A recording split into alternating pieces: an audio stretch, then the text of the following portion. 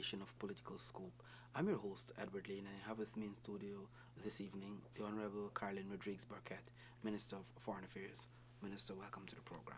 Thank you very much. Our discussion this evening will focus on diplomacy and Guyana's relations with other countries around the world. Minister, over the past few years, Guyana has really intensified the efforts to establish bilateral relations with other countries. Some of them non-traditional, if you want to, for the want of a better word, countries we have been establishing relationship with.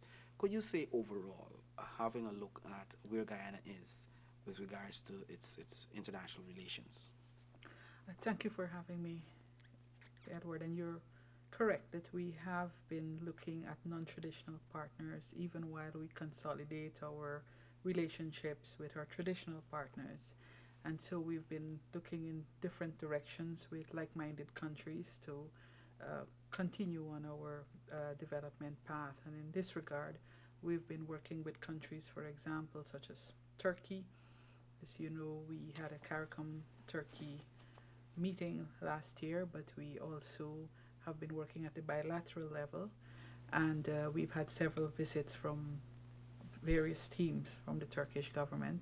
And recently we've had some small projects approved by the Turkish government in the areas of agriculture, in health, and in other areas as well. I've announced that the Chileans will be establishing an embassy here in Guyana this year, and this is because of our outreach down south as well, and we'll talk a bit more about that. But these are two examples. We now have an embassy in Kuwait, and so we're doing some work in that region as well. So yes, we have been improving or I should say increasing our number of partners in the international community.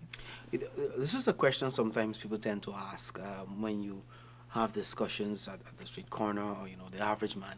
What is so important about having moving to establish relationship with so many countries around the world? How does the country and the citizens at the grassroots level benefit, if you care to just put that into perspective? Well, the world is an interconnected world, and more it's becoming even more interconnected with the technology that we have today. And we also see a diversification of power, so to speak, if I can use that term, where we have many emerging economies that are doing very well, and certainly those countries are also looking for new partners or consolidating their relationships with traditional partners.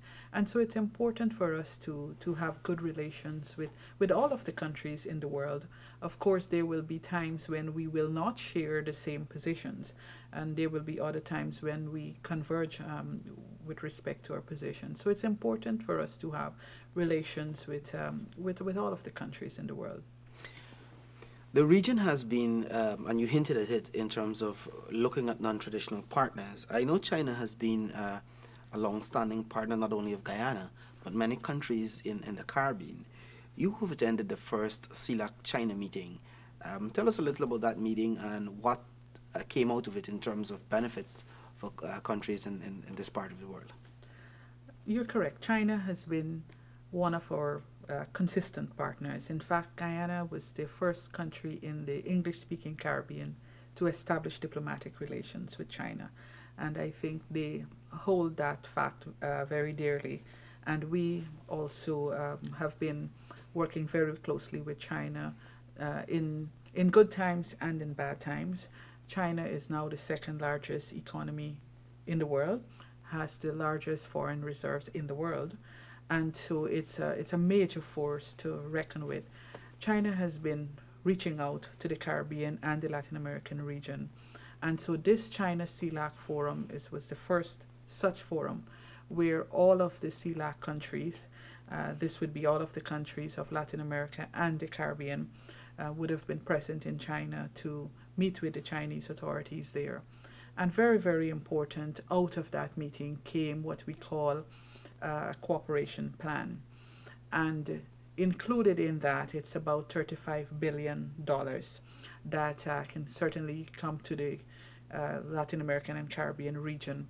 5 billion of that is for cooperation. We have about 10 billion concessionary financing, and there's another 20 billion that would be looking at infrastructure projects. So it's quite a major achievement, I would say. Of course, the implementation now is what would be important, and so small countries like Guyana and the rest of the Caribbean, we have to be ready to put forward our projects under that initiative. Has Guyana started to maybe look in the direction of at least identifying some of the projects? Yes, we have. We have started looking at that. As you know, the Chinese premier was in the region before in Trinidad, where he met with the Caribbean countries that have diplomatic relations with China. At that time, a sum of $3 billion was announced, 1.5 billion towards concessionary financing, and the other half for infrastructure. And we have already started considering the projects under that, and we are in discussions with the Chinese.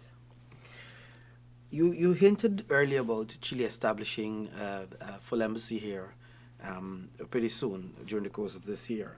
And of course, this is also an indication of Guyana and many countries in the Caribbean looking south for cooperation, bearing in mind countries like Brazil, emerging economies like Brazil, which has a lot to offer to small countries like Guyana and the others in the Caribbean. Recently, we saw a visit from the UNASUR Secretary General to Guyana. If you care to discuss that visit and what are some of the discussions that emanated? Yes, Guyana is a member of UNASUR, as you know, and we're the 12 South American countries are members of UNASUR. We're one of them. We have been consistently working on strengthening our relations within the UNASUR framework, but also bilaterally with the countries in UNASUR. You would have seen the establishment of an Argentinian embassy here in Guyana, and the Chileans have now announced that they will be here this year. They are seeing us as a very strategic partner, and we are also located in a very strategic position between the Caribbean and South America. We have the CARICOM Secretariat here in Guyana, so that is an added advantage. On our side, we view this as very important as well. Chile is one of the countries, in fact, it's the country in South America that is poised to achieve developed country status very soon because of what that country has been able to achieve. And so we certainly have a lot to learn from Chile. We are also working with Chile in the CARICOM context as well. So those two embassies being established here in Guyana, I think it's a very important signal of how they see us, and for us, we value very much those friendships. The UNASUR Secretary General, who is also the former president of Colombia, Secretary General Samper, paid a visit to Guyana. He is the newly appointed Secretary General. When I say new, his appointment was in August. And so he has been visiting all of the countries in UNASUR to discuss matters concerning UNASUR, but also our priorities. And so this visit to Guyana was also one where he visited Suriname just before he came here. And we discussed a number of issues that we see as priority, including the interconnectedness of South America, and I'm speaking about physical interconnection. And already he has identified 7 projects within the UNASUR mechanism, 7 infrastructure projects, and 2 of them include Guyana, which would be the link Brazil, Guyana, Suriname, and Venezuela, Guyana, Suriname. The quarantine bridge is very much a part of that.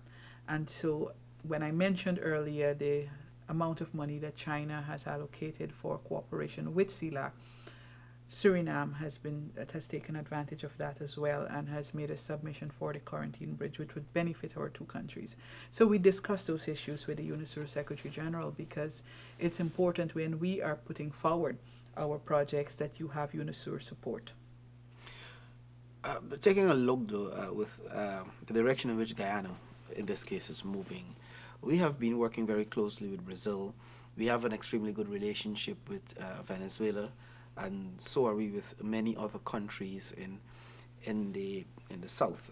We have been criticized sometimes for quote unquote neglect some of our traditional partners like the US and so forth, or not placing enough emphasis on partnership with those countries who have had long relationships with the US, the UK, and so forth. Could you say the reason why Guyana is looking in the direction of South? I think it's a misconception. As I mentioned earlier, we want to have good relations with all of the countries in the world. The United States of America remains our largest trading partner. So it is very important for that relationship to be preserved and to be strengthened. Our largest diaspora population is located in the United States as well. And so we have worked very hard to maintain a good relationship. We are working closely together on security matters. In fact, I would think that our security portfolio in terms of projects, the largest one would be with the United States under the Caribbean Basin Security Initiative. But we're also working on a number of other initiatives with them. The whole issue of trafficking in persons, of course, we do not always agree with some of the pronouncements, but we've been working very closely on that matter with the United States. We we should not put all our eggs in one basket. And we have opportunities with Brazil, we have opportunities with many other countries, and this is why we've been expanding our relations. 25, 30 years ago, our relations was not as close as it is today with Brazil, but within the UNISUR framework, within the CELAC framework, and our own bilateral relations, it's important for us to do this. With the United Kingdom, I think I would say the cooperation is fairly strong, but it doesn't mean that because we have good cooperation, we would not disagree on other areas as well. This is normal in diplomatic relations. Recently, CARICOM would have released a statement on the political situation in Guyana. That statement, however, which more or less captures what is happening and how CARICOM viewed the situation here, was criticized by the opposition. What are your comments with regards to the position taken by CARICOM? CARICOM, we're a member of CARICOM, and CARICOM is a family, as UNISUR is a family. And obviously, CARICOM wanted an update on the political situation in Guyana, which I provided. They requested that update after seeing certain statements made by, certain diplomats here in Guyana, and I provided that report to them. The statement that was issued by CARICOM was a statement of fact that President Ramotar acted within the Constitution, that Guyana is not in breach of the Commonwealth Charter, and that the date of the elections, the announcement of that date was imminent, and basically calling for the normal diplomatic proprieties to continue. And so it was a statement of fact. It was a little bit sad to see the protest in front of the CARICOM Secretariat, especially by people who would want to be president of this country. I think that to label CARICOM as an organization for elitists, it's a very ill-advised label. CARICOM has stood by the side of Guyana through different times, and I think that it's an organization that we value very much. So I was very sad about that protest that take place here. But here it's a democratic country, and people can protest freely without being victimized, I would say.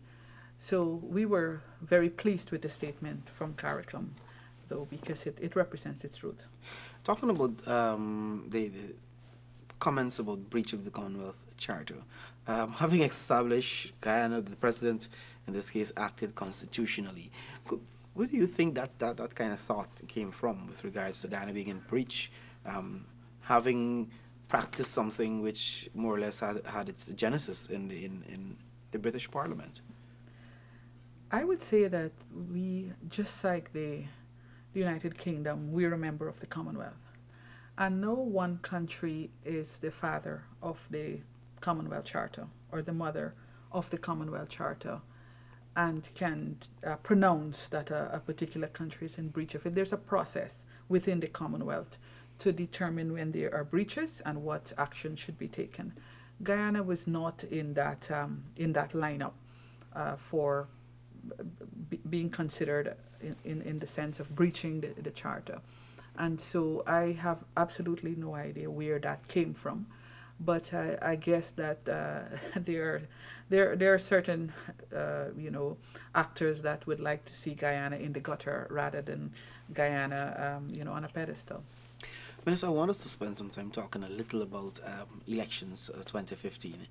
Uh, His Excellency would have announced a date already, May 11 as being the date for regional and general elections.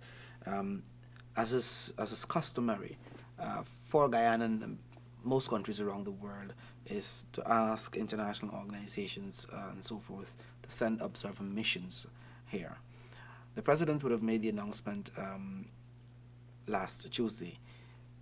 In terms of, sorry, Tuesday gone. In terms of Guyana seeking to engage international organizations to field observer missions, can you say whether that would have started? Yes, the president had written some time ago, actually, when he prorogued the parliament, he wrote to certain organizations about his decision to prorogue and the next steps. He said that he was reaching out to the opposition for dialogue, and if that fails, he would be calling elections. And once elections were called, he would request observers. And so we have requested verbally from the Commonwealth, from the OAS, UNISUR, and CARICOM, and the formalized, the letters certainly would be sent shortly. But we believe that as far as the PPP Civic is concerned, we have nothing to hide, and the more observers we have, the better. It is always good for when an election is deemed free and fair by international observers, it puts your country in good standing. So this is not even about one party or another party. It's about our entire country wanting to have observation missions.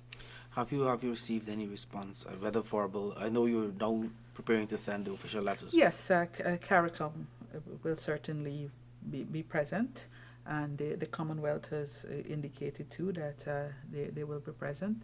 UNISUR, the Secretary General, has given President Ramotar a commitment, and we are almost certain that the OAS would follow.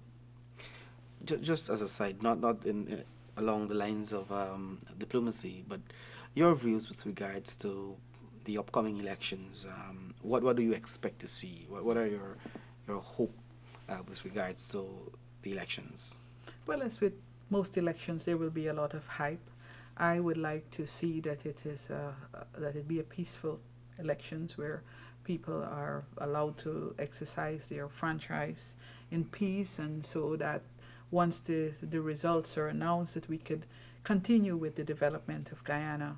I think that is what any reasonable Guyanese would ask for, and I would like to see the same. What would you say to your colleagues in the opposition? Because the campaign now beginning to heat up. We've seen the protest in front of the CARICOM Secretariat. We've seen calls, matter of fact, by some members of the opposition for the U.S. to revoke visas issued to government ministers. Well, I guess for some people, a visa is extremely important, and for others, it probably might not be. And I think I have seen the response from the U.S. On that as well, which was a very positive response, that they are not going to use visas as a weapon of sanction. But I think that I certainly expect robust debate, and I would certainly expect us to debate the issues of national importance, and that would guide our population and which is the better option to lead this country. And I'm confident that our people would make the right decision. Honourable Minister, I want to thank you very much for joining me today. I'm going to give you about a minute to make your closing remarks. I just wanted to mention that of significance for us too is that now we have one of our nationals, Dr. Patrick Gomes, at the helm of the African, Caribbean, and Pacific group of states, and we're very, very happy about that. And we also have a candidate for the OAS Assistant Secretary General, and so we're campaigning very hard for that. But it's because we believe that Guyana has a lot of experiences that it can share, and we believe that these two positions would offer us that opportunity. But also to let the Guyanese people know that as Foreign Minister and head of the Foreign Ministry, we will continue to promote our country. That's our job, as it is for every other Guyanese. Thank you. I want to thank you very much, Honorable Minister Caroline Rodrigues-Birkett, for joining me today. Of course, our discussions were centered on diplomacy. So I want to thank you very much at home for joining us. Have a good rest of the evening.